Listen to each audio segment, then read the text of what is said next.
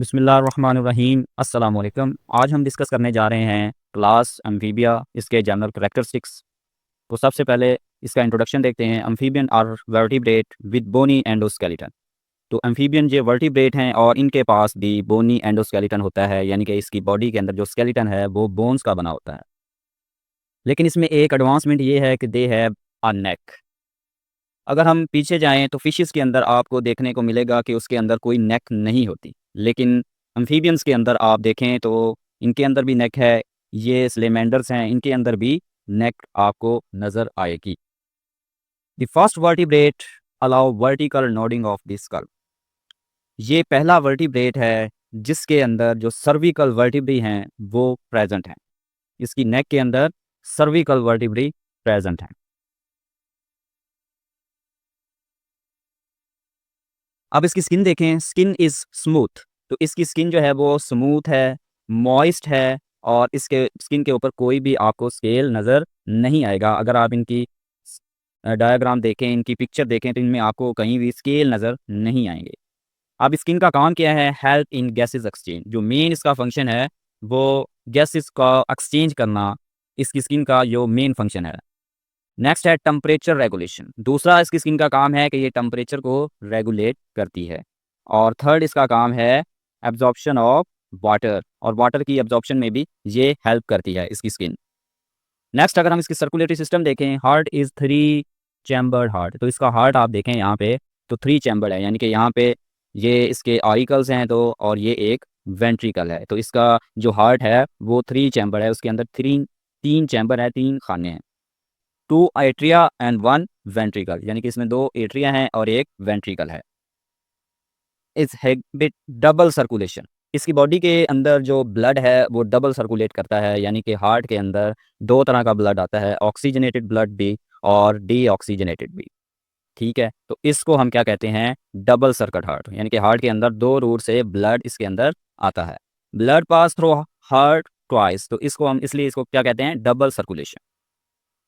Next है larval stage. अगर हम बात करें इसकी रिप्रोडक्शन की या रेस्पिरेशन की कि ये सांस कैसे लेते हैं, तो जब ये लार्वी फॉर्म में होते हैं, यानी कि इस स्टेज से लेकर यहाँ तक ये इसकी लार्वी फॉर्म है, तो इसके पास ये जो सांस लेता है उस वक्त इसके पास गिल्स होते हैं।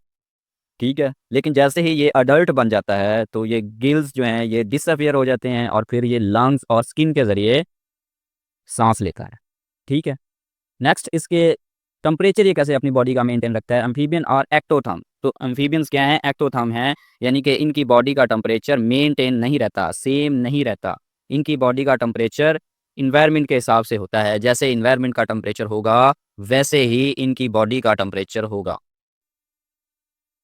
इसलिए इसको क्या कहते हैं? पोकिलोथर्म्स, यानी कि कूल ब्लडेड। पोकिलोथर्म क्या मतलब होता है? कूल ब्लडेड एनिमल्स, इसको पोकिलोथर्म्स कहते हैं, जिनका बॉडी टेम्परेचर वेरी करता रहता है विद इन्वायरमेंट। जैसे ही इन्वायरमेंट का टेम्परेचर होगा वही टेम्परेचर इनकी बॉडी का होगा।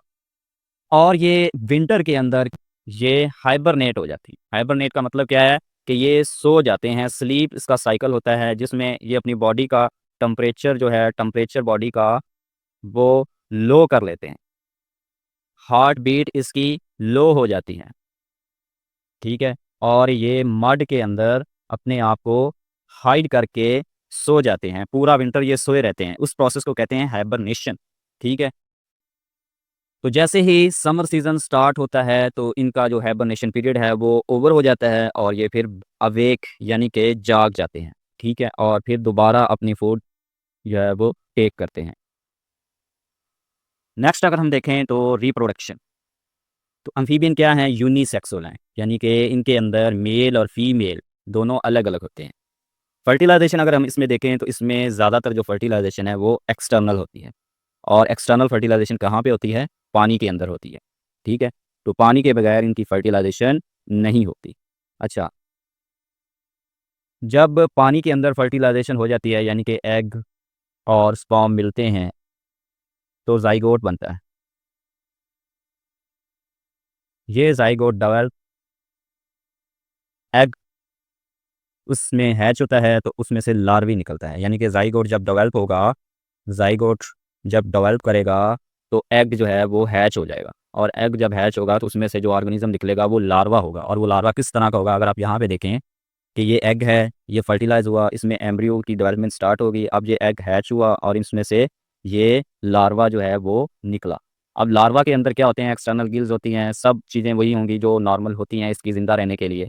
माउथ अभी डेवलप हो रहा होता है, ठीक है, डेवलपिंग माउथ है। तो इस तरह से इसके अंदर ये चेंजेस आती रहती हैं और ये एंड पे जो है अडल्ट फ्रॉग बन जाता है, ठीक है। नेक्स्ट हम इसकी क्लासिफिकेशन देखें तो इसकी 3 क्लासेस हैं। सबसे पहली क्लास है टेल्ड एम्फीबियंस की। ऐसे एम्फीबियन जिनके टेल्स होती है जिसके ऊपर, उसको हम क्या कहते हैं, टेल्ड एम्फीबियंस। और इसमें आ जाते हैं स्लेमेंडर, न्यूट, मड पपी। इसी तरह टेल लेस जो एम्फीबियंस होते हैं यानी कि जिनके पास टेल नहीं होती तो वो आ जाते हैं फ्रॉग और टोड। आप इसमें देखें ये फ्रॉग है और ये टोड है। लेगलेस जिसके पास लेग नहीं होते उनको कहते हैं सिसिलियंस। सिसिलियंस में आप देखें तो आपको ये स्नेक की तरह का एम्फीबियन नज़र आ रहा है, लेकिन इसकी स्किन बहुत सॉफ्ट होती है और ये पानी में रहता है, ठीक है। और इसको हम क्या कहते हैं, सिसिलियन। तो ये था आज का हमारा टॉपिक क्लास एम्फीबिया। उम्मीद है आप इसके लेक्चर की समझ आई होगी। अगर आपको ये वीडियो पसंद है तो इसको लाइक करें, अब हमारे चैनल को सब्सक्राइब करें और अपने दोस्तों के साथ इस लेक्चर को